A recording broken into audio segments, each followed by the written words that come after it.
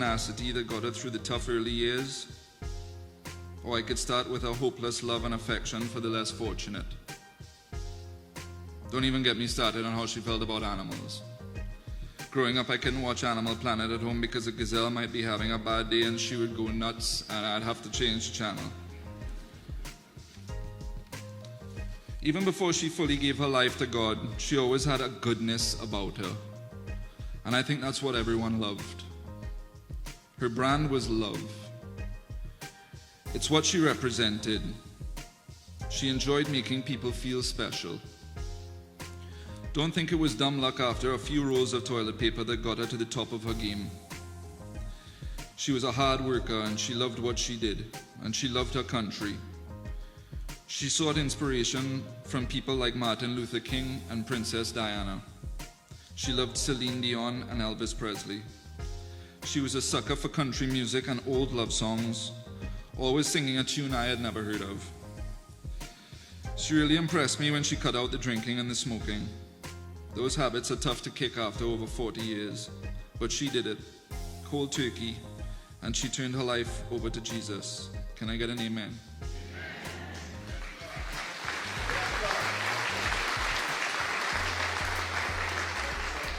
I found her dedication to these changes inspiring, to say the least. Mom wrote a book titled The Crossover, which was an eye-opener even to her close family. She shared intimate details of her life and the struggles she faced growing up, in the hopes that it may help others along their way. She then came to Robbie and I with the idea of opening the Denyse Plummer Foundation in an effort to give back to those most in need. And yes, maybe a dog or two. We fully intend to carry out her wishes, and we will run the foundation together. What else can I say? I love my mom. In the last days, we cuddled a lot. We listened to soft gospel music surrounded by flowers and stuffed animals. And yes, her 3 real dogs were there, always at the foot of the bed.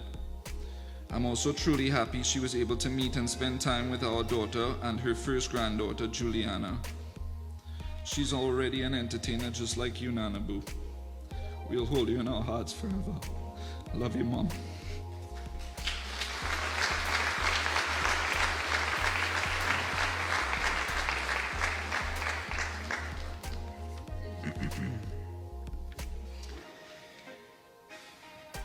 Good morning, everyone. I am Robert Woodcock and Denyse Plummer's last son. There's no combination of words I could put on this page to describe the impact my mom had on my life, the life of my family, and perhaps, in her own special way, this country. She was the most vibrant, animated, and passionate woman I've ever known. Never have I seen someone face as many trials and tribulations as she had, and still come out with a smile. She was truly one of a kind. Today I come before our nation to celebrate the life of my mother and to say thank you to Trinidad and Tobago for creating the spectacle that was Denyse Plummer. I have never met anyone more down to earth than Mom. She was a spirit carved out of the fabric of this nation. Without adversity, without discrimination, without prejudice, Mom's music would not have created the impact it did to so many people's lives. Sometimes God gives you blessings in ways you cannot understand in the moment. Sometimes it comes in the form of toilet paper, soggy oranges, and harsh words disguised as hate. But in actuality, it could be the catalyst that lights your passion and fire for life. Today, we gather at the Queen's Hall to celebrate the life of someone you all know as the Queen, and somebody I know as my Queen. Mom requested this location specifically today, the Queen's Hall, and in her final farewell, it seemed a fitting location. From endless concerts to awards to her final performance, the Queen's Hall has always kept a special place in Mom's heart. To many of you, the name Denyse Plummer has a very different meaning. To me, the name meant home. It's hard to say everything you want to tell a person over the course of this short lifetime. 28 years I had the pleasure of sharing with Mom, and coming down to her last months, she couldn't help but feel sorrow, as she thought she still had so much to teach my brother and I about life. Two fully grown men with their families. It's important to remember you're never too old to learn from your mother. The last 2 years have been a learning experience, a crash course in life and the ups and downs it brings.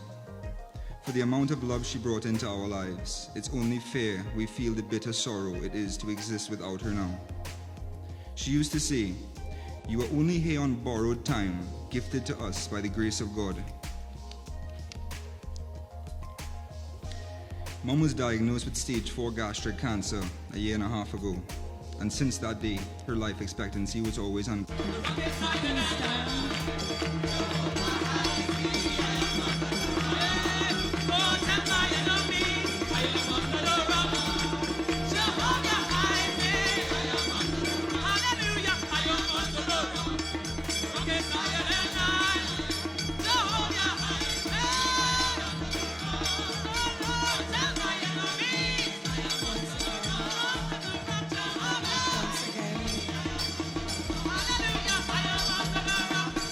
Hey. Once again, we ask, please, out of respect for the family, that the family be allowed to leave the hall, and then we will advise of the departure of everyone else. So out of respect.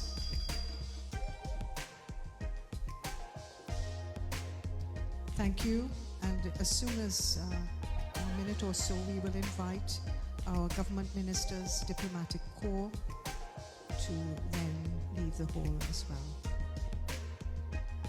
Or they've left. Well, that brought a little humor. So thank you again, and we thank everyone who's been part and parcel of this wonderful celebration. There are so many people to thank. It would be remiss of me not to say thank you to John